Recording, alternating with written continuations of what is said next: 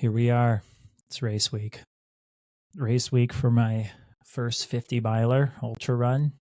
Going to be doing it in Olympia, Washington on, I think it's called Capitol Peak. So thought I'd do a podcast on a race week and what's transpired in off-season and some of the progress I've made and some of the things I've done. And bring you all the way to today and the expectation heading into the weekend. So as most of you know, my last race was in December. The first weekend of December, I went down to Indian Wells and did a triathlon. I was a 70.3 Ironman, and at that race, I qualified for Worlds in Marbella, Spain. So I'll be heading there at the end of November, which I'm pretty excited for. And really this year is about training up for that and trying to accomplish, some of the core goals that I've put into place. And that was a big thing that I did this year, was really setting some big stretch goals for me to accomplish by Marbella. So I'll start there, kind of overarching, for Worlds, I'd like to see myself in top 10 for my age group. I know that's a lot asking since I've only been at this sport for about 3 years. But I think the progress that I've been making and the things I've been doing, I have a lot under my belt, a lot of racing under my belt. So I think I've really got to set some higher standards for myself for this race. So some of the core goals that I've actually put into place is, starting with the swim. I think for me, it's just about getting there, getting in and out of the water under that 35-minute mark. So some of the core things that Coach and I have decided to do was really slow down right into that zone 2, kind of like what we did with biking and what we did with running, where it's about building that zone 2 baseline and getting myself up to that 130 where I'm not coming out of the water feeling exhausted, or like what I felt when I was in Indian Wells, where I was coming through and I came out of the water and I felt like I had burnt 2 or 3 matches. So really in the swim, the core focus is let's get to that 130, 133, 100 yard pace. And then from there, we want that to be in a low zone 2 or mid zone 2, so that I'm very, very comfortable that when I come out of the water, I have 99% of my energy left. So that is really a core goal that I'm looking to do from a swimming perspective. Biking, every quarter, we're setting a goal. So Q1 was about getting my FTP to 300. The end of Q2, FTP to 310. And by the end of Q3, which will be rolling right into Q4, which is when Marbella is at the beginning of November, I'd like to see my FTP at 320. So a lot of work's gone into this. In particular, the last year and a half, we put a lot of focus and emphasis on our zone 2, including doing monthly lactate tests. I will tell you, if you haven't done a lactate test yet, I strongly recommend it.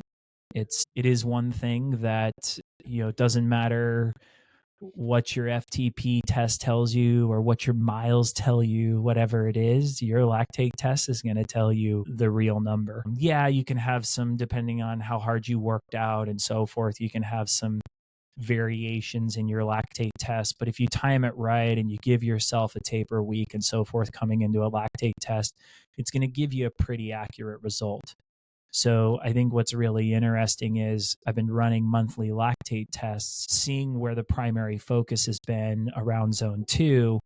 But then depending on how the lactate test comes out, do I push more zone 3 for that next month? Zone 2, do I stay where I'm at? Those types of things. And what was really interesting, where my FTP test was stating around this was in fall of 23. My FTP was stating like I was 300 or something, 300 FTP, because I have a high pain tolerance. I have a high pain threshold. So, just, hey, yeah, that's my FTP and that's what I was training toward. But man, the races, I was bonking, I was biking too hard. There were so many factors that it just wasn't making sense. The lactate buildup in my body was not there. So back in fall of 23, we did a lactate test. And what we found is my FTP was actually a 150, and I did not have a strong bike base.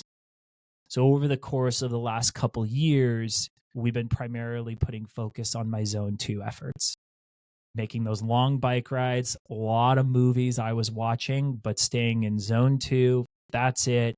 Don't go above it. Doesn't matter what your heart rate says. Stay in that zone 2 and let's build it from there. So really the end of 23 and all of 24 was about building that base set so that when I came into 25, I'd have an even stronger base. So in doing that, this is where the base is really strong. And now I can start setting that FTP higher, still building that base, but giving some more emphasis as well into that zone 3, zone 4, zone 5 stints during training and so forth. So just did my most recent lactate test, did it at the beginning of April. And what was really interesting, the goal, as I had mentioned for Q1, was being at 300. Well, coming out of it, I was actually at 305. Tried to get 310, but I was only able to do 2 minutes at it. So, my lactate buildup filled pretty quickly. I started that last little iteration at 310 and I got to 2 minutes because they're 3-minute stints, and got to 2 minutes and my body filled up with lactate too much. I couldn't even pedal anymore. So we said, hey, look, it's 2 minutes of it. Let's put it at 305, and 305 seems to be very comfortable. What's great, though, is that puts me above my goal for the quarter. Now, it has been a strong buildup of trying to achieve that goal and so forth. So now I have 3 months. Now what I want to see is in that 3 months, can I actually, instead of being at 310 by the end of Q2, could I be closer to 315, 320? So then by the time race comes, could I be around that 330, 340 FTP range according to my lactate, which is great. Again, goal is 320 by the time I hit Marbella. That'll be a really strong bike ride for me. That'll, hopefully get me within that 220, 230 bike range for completion of the bike. And so then I'm not having to bike as hard so that I can really benefit my strength, which is my run. And that takes me to the goal of my next for Marbella for the run. So, I don't know how many of you know, but I've been a runner for most of my life. Not so much competitive. The last competition I did in regards to, athletics in school was my freshman year in high school. I did cross country, but predating that and all the way up to my freshman year in high school was actually really good. I was usually top 3 even in high school until I think we got to regionals or states, and I hadn't been training. I was a soccer player, so I actually never trained with the cross country team. I would just go to the meets and I would end up getting 3rd or 2nd at the meets just because I just had the body composition to be a runner or a long distance runner. But then after that stint, I loved running. Running has always been something I do when I'm stressed out. I'll run if I have things I need to get off of my mind, or hey, I'm just somewhere. You can always grab your pair of shoes, whether on vacation or whatever. It's a great thing to go get some exercise. So running is my thing, but getting above that 10 mile, I hadn't done until I really hit triathlon. So, with running, some of our primary focus since last summer was going above the 70.3 mile marker of 13.1 miles. So it was going above it because what I was feeling in the races when I was going through them, by the time I got to mile 10, there was real exhaustion that came through. That could be from the bike. That could be from how hard I biked because my base wasn't up there. I was trying to offset so that I could run a little bit faster. But that 10-mile mark, it hit me hard. And whether it was a gastral issue or my body bonked and then I ended up throwing up or whatever it is, it was a very difficult thing. So coach and I decided, hey, let's go above the mile marker of 13 and let's run some fiends, let's run some 16 milers and let's run some tests on those. So we've actually been doing that since I'd say probably the end of last summer and well into the winter. So there's been a lot of focus on that and getting those through. So, by the time Worlds comes, where I would like to see myself and where I would like to see my running coming off of the bike is I'd love to be able to do a consistent 615 to 630 pace, being able to push a little bit faster than that, but coming out of the race, that's where I would like to sit. So right now, just kind of going through some tests and so forth, my zone 2 has moved down I was doing it at about a 7:10 pace. I'm now at that 650 mile marker pace. I can sometimes push 645, but you're at the higher zone 2, kind of pushing into the zone 3. But I'm able to hold that for 15 miles or so now, which is great. So that means I've got a stronger base and I'm building it.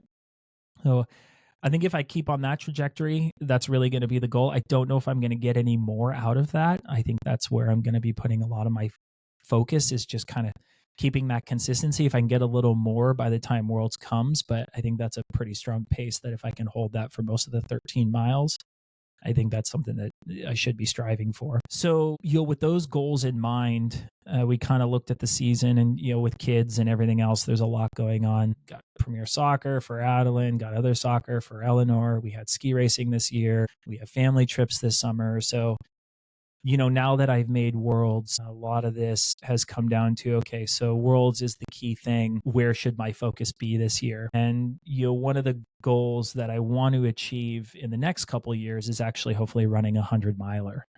And I know to run a 100-miler, you have to show that you have a 50-miler under your belt. And to sign up for one of the 100-milers, you have to have that. And usually those lotteries, like a Leadville or one of those, is going to be in your December, January timeframe for some of those 100-milers that, you usually don't get in your first iteration, but if you do, you want to be able to have the checkbox to say, yeah, I've already accomplished to be able to go and run one of those. But also, part of the racing schedule this year for me was, I want to get a couple triathlons under my belt, but I really want to push my strength this year, which is running, and I want to test some of my capabilities there. So I put some emphasis on running for this season. So I signed up for a 50-miler. As I had mentioned earlier, my first one's going to be actually this Saturday. It's the Olympia 50-miler on Capitol Peak. I'm pretty excited about that. It's going to be intense. I haven't quite figured out how I'm going to do it, what the game plan is. I think I've got one, but much like triathlon and so forth, you just don't know. So I put an emphasis on that. And so Coach and I, over the course of the last 2 months, have really been emphasizing longer runs. So I actually have been able to get up into the 20-mile runs, which I haven't done before. It took a lot of effort and a lot of work to get up into those. I have a lot more respect for those marathon runners now. Before it was like, okay, that's just a marathon. But when you start getting into that 20-miler mark or even the 18-miler mark, you're like, wow, this definitely gets a little more difficult. But I know with the miles comes the ease, and your brain starts to overcome some of those contradictory conversations that you have. Over the course of the last couple of months, as I had mentioned, I've been slowly going through and building on that base. So, I was already at that 15-mile mark. So 15 turned into 17, 17 turned into 18, 18 turned into 20. 20 turned into 22, and I haven't really done anything above 22 yet, but what I have done is multiple days in a row. So you might do a 18-mile day followed by a track workout, which might be about 6 miles, and then followed by a 3 or 4 mile run. So I'm actually getting the miles in on a weekly basis, but kind of breaking it up based on specific stints for my body. So that's zone 2, zone 3, maybe some 4 and 5 with my weekly soccer that I play. So again, some of that emphasis this year has been around doing some more running so that I can get to that comfortable edge when I'm somewhat depleted from a bike and a swim, that when I come off of it, my brain, let's just call it, is already at mile 15 in the run. And I can go do that 13-miler on those legs that, I remember the pain and the agony and the lactate push that came into it and so forth. That's really, we've been putting a lot of our emphasis. And then I've also got a Ragnar in August with a couple of my buddies, Trevor, Noah, and Vigesh. We're all doing it. We decided, hey, let's go do it. It's up at Crystal Mountain. I think there's about 10,000 feet of vert. But you trade off giving this chip to your friends. And I think it's 140 miles, maybe 135 miles. But pretty excited for it. We've been talking about for years to go do a race together. And I think it finally came to head and to fruition where, oh yeah, let's just go to Crystal. We have a cabin up there. So we're going to go spend some time up there and do the race. I think it's on Saturday. So pretty excited about that. Then I have the Oregon Salem 70.3 at the end of July. And then there's a big break from, end of August all the way through till Worlds. Maybe there was an opportunity to do Tri-Cities, but I think for me, it's going to be about letting the body rest. That's a lot of miles I'm going to be putting in this summer, not just with triathlon, but with running in general and a couple other things. So I just take that break, get some family time, sports kind of pick back up then, and then it's off to nationals, to Worlds. So looking forward to that. Pretty excited about it. I think some of the things, shifting gears here as I look to race week, it's been really interesting as I look back since January. There's been a lot of emphasis for me since January because work has been a little bit more demanding of my time and so forth, and brain power, which for those that do endurance sports, that brain power turns into physical power depending on the stress load that work can give you, or running around doing kids things. So a lot of my emphasis, even though training has its ability, I have such a strong base that if I had to do an option between training and sleep in regards to is training going to damage my body more after having an entire day or week of stress at work? Is it better to prioritize sleep versus getting that workout in and then maybe waking up with a HRV or Whoop score or sleep score a lot less? And since January, a lot of my emphasis has been entirely focused on sleep. So even though I could get a workout in, I might make it half of the workout, or I might make it an easier workout if it's a zone 4, zone 5, or a hop workout or one of those. I actually put a lot more focus on my sleep. And that's just, through the years, I've read a lot about it. But I think for me, and as I get older, the realization that my edge is actually going to be my recovery and my sleep. I think my scores are starting to show that in regards to, my bike efforts and my run efforts. My swim, not so much, but my bike and run efforts. I think what's really compelling and interesting about it is I think the sleep and the recovery is giving my body the necessary tools to build that muscle, that when I go out and I do a harder exercise or get back into workout, I'm not to the point of complete exhaustion. So I have put a lot of emphasis and focus since January on that sleep, even if it meant at the detriment of not getting a full workout in.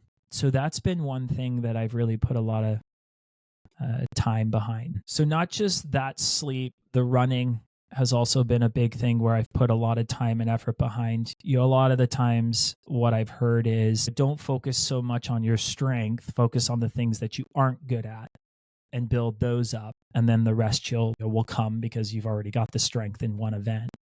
I think what I'm realizing through that is there are some events like swimming I have to accept that I'm just going to keep working on, but I'm never going to be great at. So choose a time, get out in that time, try not to burn a match, grow it as best as you can, but it is also the shortest component of the entire race.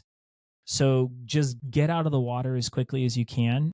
And then let's put your focus on the bike and the run, which the bike I have focused on for the last year and a half. I've put a ton of focus, a lot of time, a lot of burnt hours downstairs in the basement, bored to death, staring at a screen, as I said earlier, but staying in that zone 2, watching it build slowly, month over month, week over week, day over day.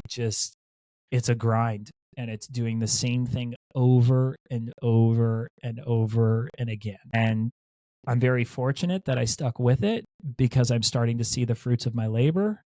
And now I can start to really put an emphasis and a focus on the run. I understand that the run is the superpower that I have, but it has become neglected for so long that I haven't really been building on it. And so the time that I've actually spent on it, I am starting to see substantial gains. So that zone 2 work that I was explaining earlier in the video, that I'm now down to a 650, sometimes a 640 mile pace in a zone 2. And we're talking low, maybe mid zone 2. I start pushing that 630, 635 pace. I'm now in zone 3-ish. But zone 3 it's not even, it's like low zone 3, high zone 2. So, I'm starting to see the benefits of that base for doing a lot more running than I was before. And I think I'm starting to see some of that benefit as well. Knowing all of that and coming into race week, so it's a 50 miler. This 50 miler I signed up for, I want to say it was December. Meg and I were talking about the race plan, and I wanted to get 50 miles, obviously, not only for a 100 miler next year, but doing this Ragnar in August. I hadn't run anything more than a half marathon. I guess in a triathlon, it's more than a half marathon if you include the bike and the swim, but you're still 50 miles of one sport where it's serious compression on your legs and your body and everything else is going to be something different and interesting. I've done a lot of reading on, build up for the week. It's a little bit longer of a taper because you do want strong legs. And you might do a couple sprints and so forth. And coach has me do a couple just to keep the legs going. But there's a lot more exhaustion than I normally had felt coming into this week. And I think it was just because I had so many days running leading up to it in a row just to make sure I got that last bit of energy out of my body. Some of the plan that I'm looking at coming into the week or coming into the race. So some of the things that I think I'm going to end up doing, we're going to be doing a lot of mixed drinks. So using the Morton teas, caffeine and non-caffeinated. I got some of the Honey Stinger little waffle cones. I'm going to be using the Morton granola bars as well. I've got some ketone IQs, some beet juice, some pickle juice, and then I am going to make myself a peanut butter jelly sandwich. There's 3 places for drop bags. I don't see my first drop bag until I think it's mile 22, so that is a pretty big extension, which during those first 22 miles is when you do one of the biggest climbs.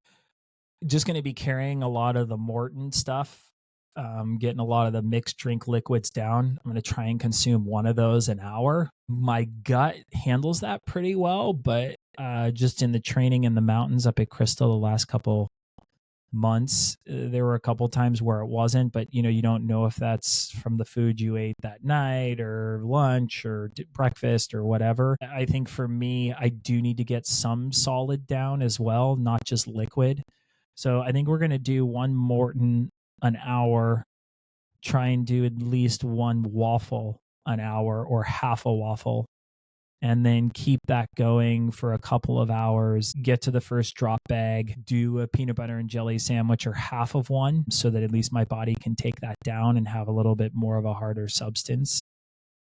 Hold for a bit, do another hour where it's just, some of the sodium, and then jump back into the Mortons again until the next drop bag, and then do about a half a peanut butter and jelly sandwich. So there's going to be the Morton mix. I am also, one thing I did forget, I'm going to be adding in Precision Nutrition. It's the 1,000 milligram tablets. I sweat pretty profusely, so I have to make sure that my sodium levels remain pretty high. Usually when I get done with triathlons, my suit is covered in white, which means I'm depositing a lot of salt.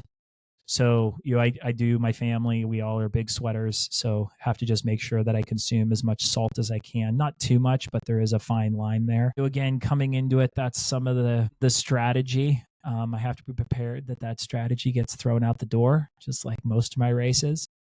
Did have a chance to call one of my friends, Matt Zeidel, who's done a couple of these. He didn't give me so much a recommendation on the food and the nutrition, but what was really interesting, he said, some of the things that's just more of a mental, he was like, a change of socks. Make sure you have one change of socks. Even if it's muddy or whatever, bring one pair of socks. Have that in one of your drop bags. But the big one that I didn't even think of, but I know can make a very big difference, is a change of a shirt.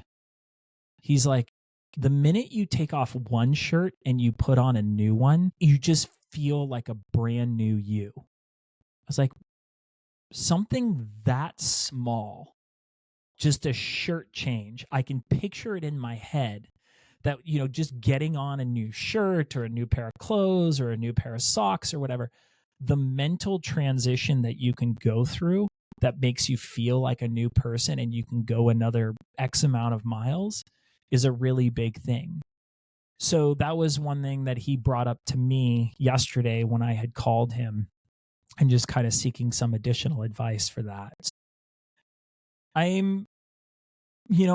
usually don't get nervous for these types of things, but this one, I wouldn't say I'm nervous. I'm just more of going into the unknown and kind of going, holy crap, it's one sport and you're doing just one for 50 miles. So, I have to take care of my body. I have to be prepared to not just sprint off the line. It doesn't matter how fast I think my mile pace can be.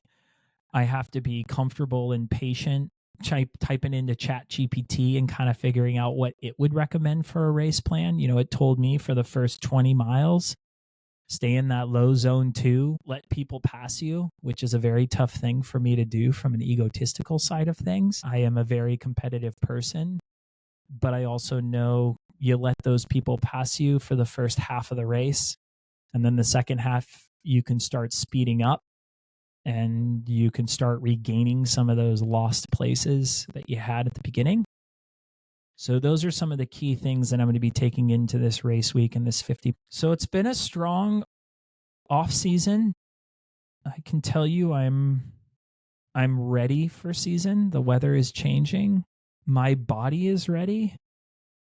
I'm actually very excited to see what I can do in 2025, not just with, worlds in the distance in November, but I feel like I have gained so much over the course of the last couple of years, both mentally and physically, that my confidence is growing dramatically. Confidence to the level that, when I was playing competitive soccer and competitive ski racing, there was a level of confidence that came with, performing at a high level. You knew what you were capable of. And this sport, it's so new to me. It had been so new to me that I didn't have that confidence yet. But with every race, with every training block, with every race week, with my nutrition and dialing that in, my confidence is growing dramatically. And I feel like 2025 is going to be a year for me that I'm going to have a serious transition. I'm going to see some gains that I haven't seen before. And I'm pretty excited for it. I'm excited for all the testing that I'm doing and all the tests that I've done. I'm excited that there's been some additional focus on my strengths versus just the weakness. And the weaknesses are still there and I still have to build on them. But to actually build on your strengths and to grow with that, it's something that I had forgotten. And it's pushing to the forefront. And I don't know if that also builds the confidence that I'm talking about now, because as I watch my bike FTP increase and I watch my run pace, increase or decrease, if that's what it is, because you're decreasing your mile, it's giving me a new reclaimed energy to this sport that I've committed to and I've started to take on as a second me. So here's to the first of many races this year, diversifying the portfolio and really getting after it. So I'll give a race recap afterwards, probably next week when I'm in a lot of pain, but the pain is worth it. And it's been a really good journey. I've been really happy with the progress so far. My coach, Robin, has done a phenomenal job. And my sports science coach, Michael, has done a phenomenal job. They aren't just a support crew, but they have continued to give me the tools I need to better myself and to increase my productivity. And I think, on that note, it's not just productivity of athleticism, but listening to what's happening in my personal life and work life and adjusting as necessary. And I think that's a really big thing. We can get as frustrated as we want to when life gets in the way, but if you have the right people surrounding you or the right team surrounding you, that they really know how to prioritize certain things so you can be that hybrid athlete is really important. And so that team alignment, the team coaching, its ability to understand the athlete and what the athlete is doing when it's not their full-time job, but they have other jobs as well, being a father, being a husband, being a CEO, and being an athlete. It's a lot. And so I'm very fortunate to have those people around me, and I'm really excited to see what happens in 2025. So here we go, another year.